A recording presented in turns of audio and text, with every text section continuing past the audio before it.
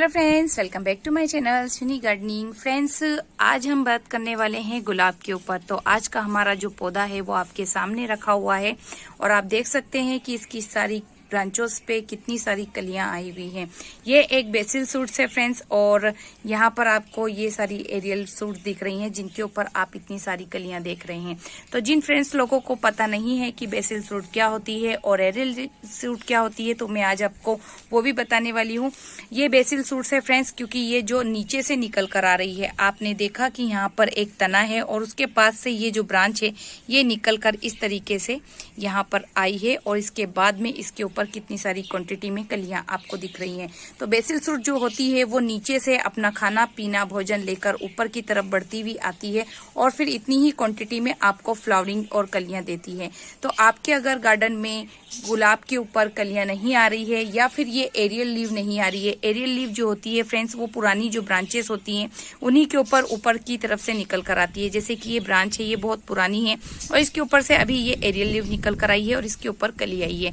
तो ये aerial leaves और जो नई नई बेसिल सूट्स होती है इन्हीं के ऊपर कलियां बनती है फ्रेंड्स। नई नई ब्रांचेस के ऊपर ही कलियां प्रोड्यूस करता है गुलाब। अगर आपने गार्डन में इस वक्त गुलाब का पौधा लगा रखा है या फिर आपके पास में कोई पुराना गुलाब है जिसके ऊपर इस तरीके से कलियां नहीं आ रही हैं, और वो जब भी आपके पास में जब गुलाब का प्लांट था तब उसने लास्ट टाइम आपके नर्सरी से आने के बाद में गार्डन में फूल दिया था और उसकी जो अभी इस वक्त पूरी तरीके से ग्रोथ बंद हो चुकी है। तो फ्रेंड्स, ये जो आप प्लांट देख रहे हैं इसमें नई नई शूट्स निकल कर आई है।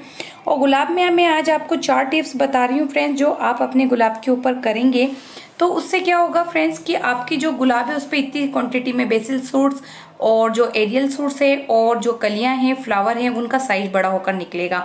तो सबसे पहले बात करते हैं फ्रेंड्स कि हमें ये जो कलियां मिल रही है और ये बेसिल सूट्स और ये एरियल सूट्स निकल कर आ रही हैं, इसके पीछे की पहली वजह, तो इसके पीछे की पहली वजह है मिट्टी।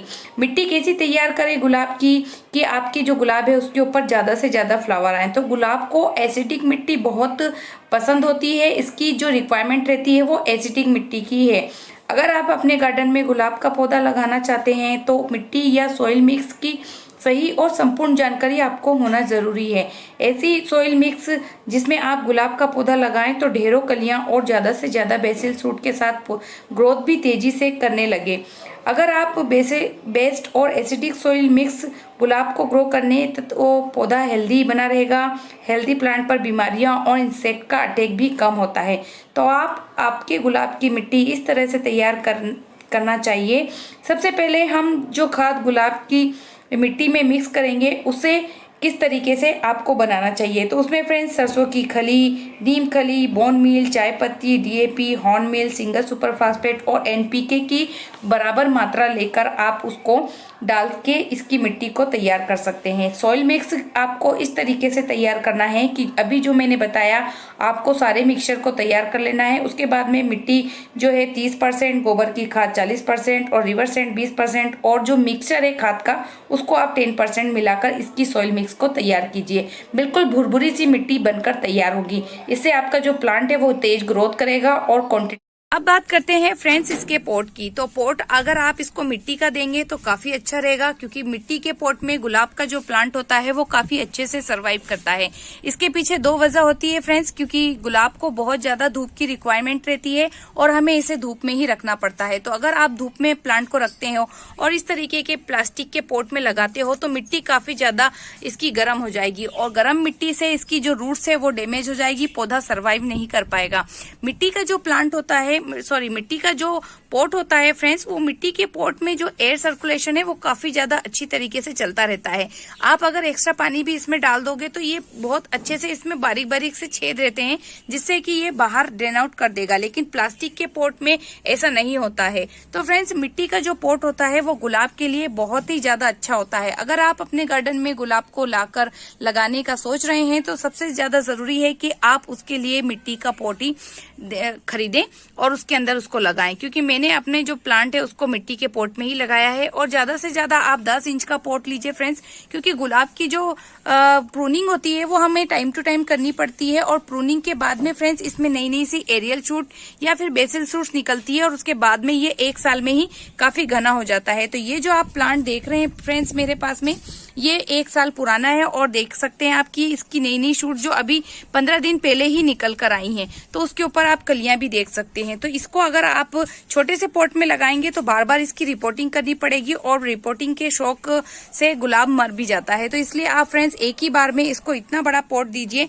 जो कि 10 इंच का हो। और मिट्टी की बात तो मैंने आपको बता दी है, आपको मिट्टी किस तरीके की देनी है। इसके बाद में बात करते हैं फ्रेंड्स कि इसको आप मिट्टी में लगाने के बाद में 15 दिन या 1 महीने के बाद में आपको किस तरीके से इसको फर्टिलाइजर देना है।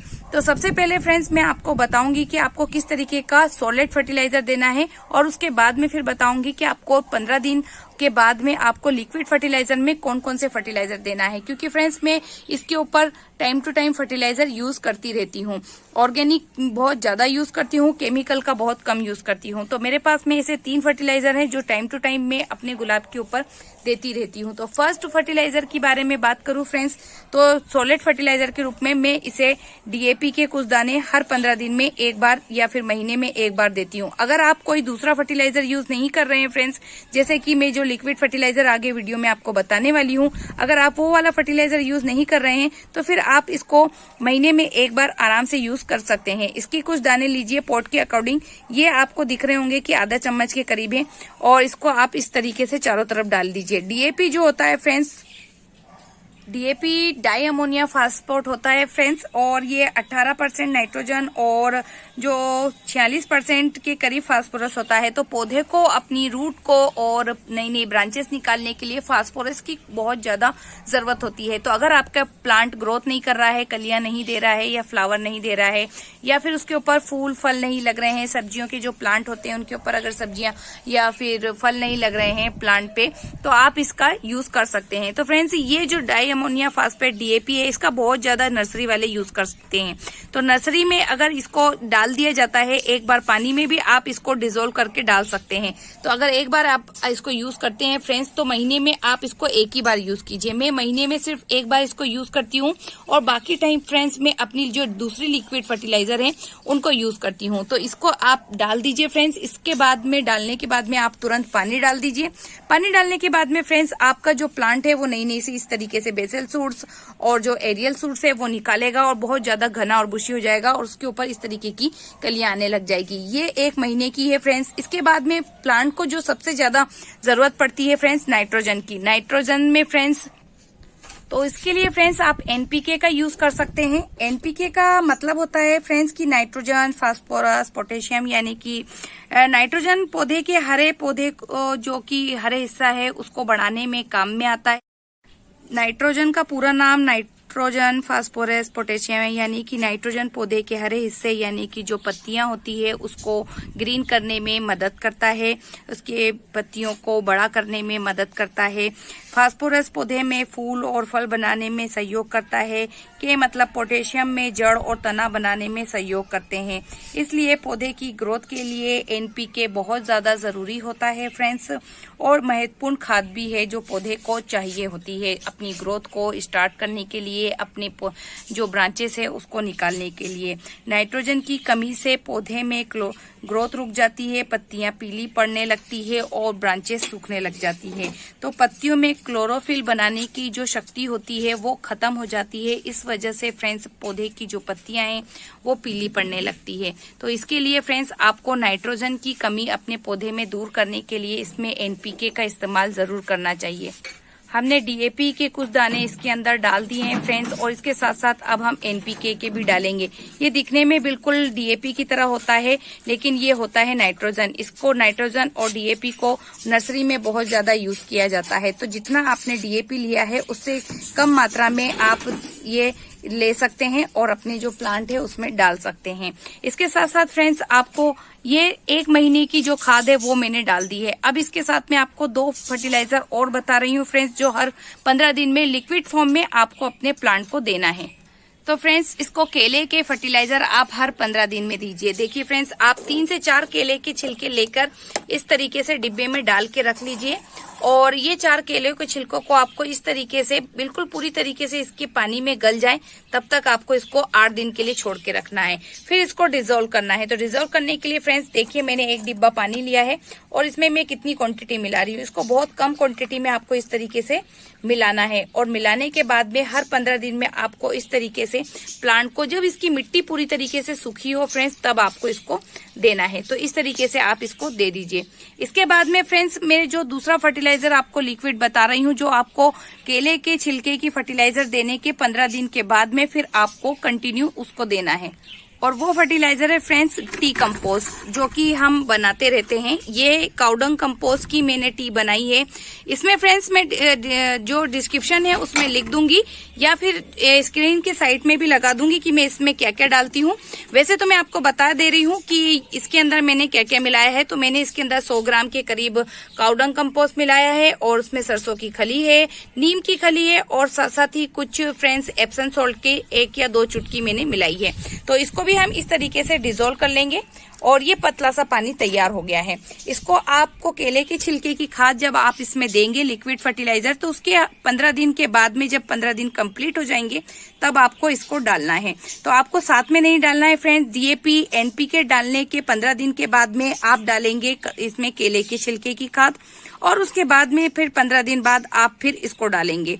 तो इस तरीके से अगर आप कंटिन्यू अपने प्लांट को फर्टिलाइजर देते रहेंगे तो आपके जो प्लांट है उसके ऊपर इतनी क्वांटिटी में कलियां आएंगी, बड़े बड़े से फ्लावर खिलेंगे और एक भी पत्ती आपको पीली नहीं दिखेगी। साथ साथ ही एरियल सूट और इसकी बेसिल सूट्स निकल कर आएंगी और आपका जो प्लांट है वो पूरी तरीके से कलियों से भर जाएगा। तो फ्रेंड्स इसी के साथ में फ्रेंड्स आपको मैं अपडेट भी बताऊंगी इसी वीडियो में कि मेरे जो प्लांट है उसके ऊपर कितने फ्लावर आए हैं। तो इस तरीके से फ्रेंड्स अगर आप अपने जो प्लांट है उसके ऊपर कंटिन्यू केयर करेंगे या फर्टिलाइजर देंगे जो मैंने दिया है, तो आपके भी प्लांट पे इसी तरीके से कलियां खिलने लगेगी। तो फ्रेंड्स अगर वीडियो अच्छी लगती है तो लाइक कीजिएगा, शेयर कीजिएगा और कमेंट करके जरूर बताइएगा। तो मिलते हैं फिर किसी नई वीडियो में नए प्लांट। तो देखिए फ्रेंड्स, ये 12 दिन के बाद का रिजल्ट है और सारी कलियां आज खिल चुकी है। मैंने इसे पूरी सनलाइट में रखा है और आप देख सकते हैं कि मेरे फर्टिलाइजर से कितने बड़े बड़े फ्लावरिंग आए हैं। इसकी क्वांटिटी आप देख सकते हैं और फ्लावर का साइज भी बहुत प्यारा निकल कर आया है। तो फ्रेंड्स अगर वीडियो अच्छी लगती है तो लाइक कीजिएगा, शेयर कीजिएगा और कमेंट करके ज़रूर बताइएगा। अगर आप भी अपने प्लांट पर इस तरीके से गुलाब के प्लांट पे फर्टिलाइज़र देंगे तो आपके जो प्लांट है उस पर ज़रूर फ्लावर आएंगे। तो मिलते हैं फ्रेंड्स किसी नई वीडियो में नए प्लांट की जानकारी के साथ।